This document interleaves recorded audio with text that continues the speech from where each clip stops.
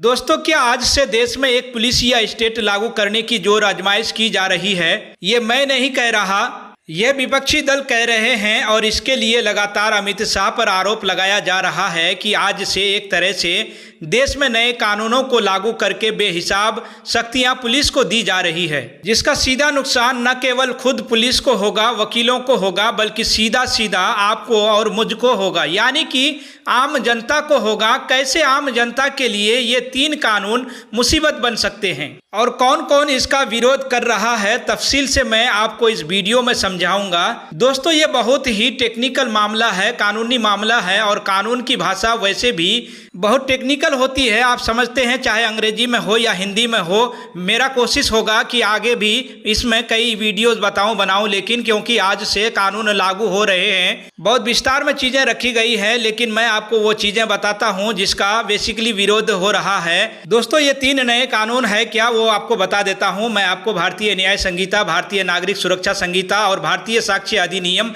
अब इस पूरे के पूरे मामले में कांग्रेस के राष्ट्रीय अध्यक्ष मल्लिकार्जुन खड़गे ने लिखा है, चुनाव में राजनीतिक व नैतिक झटके के बाद मोदी जी और भाजपा वाले संविधान का आदर करने का खूब दिखावा कर रहे हैं। पर सच तो यह है कि आज से जो आपराधिक न्याय प्रणाली के 3 कानून लागू हो रहे हैं, वो 146 सांसदों को सस्पेंड कर जबरन पारित किए गए। इंडिया अब ये बुलडोजर न्याय संसदीय प्रणाली पर नहीं चलने देगा। दरअसल विपक्ष का ये आरोप है, चाहे वो ममता बनर्जी हो, चाहे वो के स्टालिन हो, चाहे वो कांग्रेस पार्टी के अलग अलग विपक्षी दलीय आरोप लगा रहे हैं कि यह 3 कानून तब संसद में पारित किए गए, पास किए गए, जब विपक्ष के 146 सांसदों को निलंबित किया गया था। याद होगा आपको, पिछली लोकसभा में ऐसा हुआ था और विपक्ष का यह आरोप है कि जब विपक्ष को शामिल ही नहीं किया आपने इस पूरे के पूरे मसले में बहस के लिए, तो आप इस तरह के पुलिसिया तंत्र को और मजबूती देने वाले और आम जनता के दमन करने वाले कानूनों को क्यों लागू कर रहे हैं। हालांकि ये बात सच है दोस्तों कि युक्त संसदीय समिति को भेजा गया था इन्हें, लेकिन फिर भी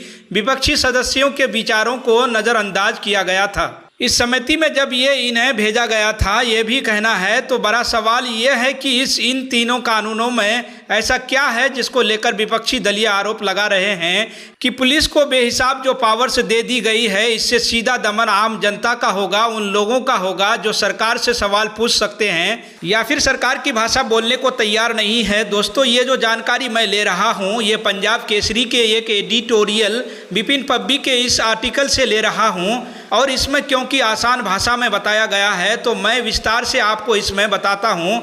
दोस्तों, वो कौन कौन से प्रावधान है जिनको लेकर एक डर पैदा हो रहा है इन नए कानूनों की वजह से, मैं आपको बताता हूं। अभी जो मौजूदा कानून है उसके तहत 15 दिनों तक पुलिस हिरासत में रखा जा सकता है। किसी को भी अगर गिरफ्तार किया जाता है तो 15 दिनों के लिए पुलिस हिरासत में रखा जाता है।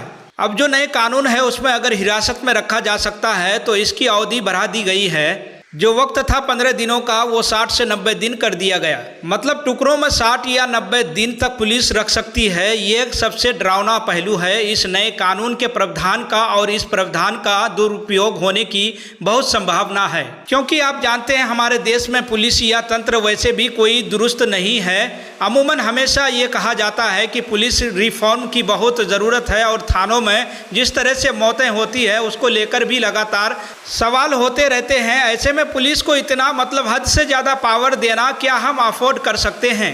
तब जब आम आदमी के लिए वैसे भी थाने में जाकर अपनी बात रखना इतना आसान नहीं है। इस आर्टिकल में लिखा गया है कि पुलिस को केवल संदेह के आधार पर किसी को भी गिरफ्तार करने का अधिकार है।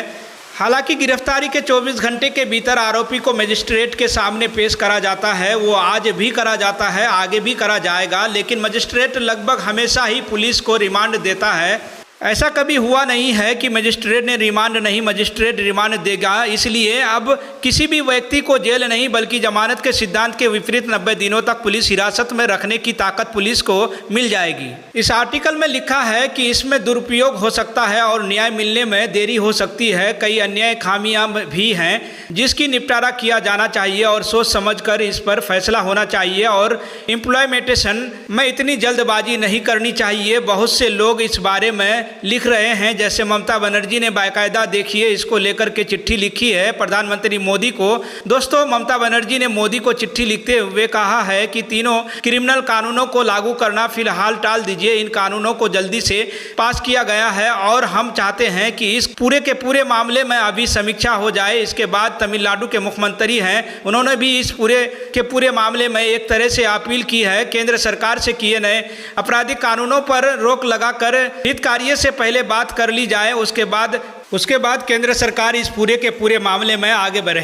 दोस्तों, बहुत सी ऐसी पेचीदगियां हैं जिसे अभी समझना बाकी है। जैसा कि मैंने आपसे कहा कि ये बहुत टेक्निकल इशू है, लेकिन आप कह सकते हैं विपक्ष इस पूरे के पूरे मामले में लगातार सरकार से संसद के अंदर सवाल पूछ सकता है। बहुत से विपक्ष के ऐसे सांसद हैं जो कानून के बढ़िया जानकार हैं, हो सकता है कि वह लोकसभा में इस मुद्दे को उठाएं। लेकिन जाहिर सी बात है दोस्तों कि विरोध इस पूरे के पूरे मामले में बड़े स्तर पर हो सकता है, लोकसभा के अंदर भी, लोकसभा के बाहर भी। लेकिन यह तो बात सच है कि आज से कानून लागू हो गया है। जैसा कि मैंने कहा दोस्तों कि आगे भी कई वीडियोज इस मामले में मैं बनाऊंगा। लेकिन बड़ी हैरान करने वाली एक और खबर है कि 3 नए आपराधिक कानूनों के खिलाफ बार काउंसिल ऑफ इंडिया ने अपील की है देश के तमाम अलग अलग बार काउंसिल से कि वो प्रदर्शन न करें। मतलब आज से लागू होने वाला है, प्रदर्शन करने को क्यों रोका जा रहा है, ये बड़ी अजीब सी बात है। खैर, जो भी है इस पूरे मामले में अपडेट होगा दोस्तों, आगे आपके सामने मैं रखता रहूंगा। चैनल को ज्वाइन करें, सब्सक्राइब करें और जितना हो सके खबरों को शेयर भी करा करें दोस्तों। शुक्रिया, आप सभी का बहुत बहुत शुक्रिया।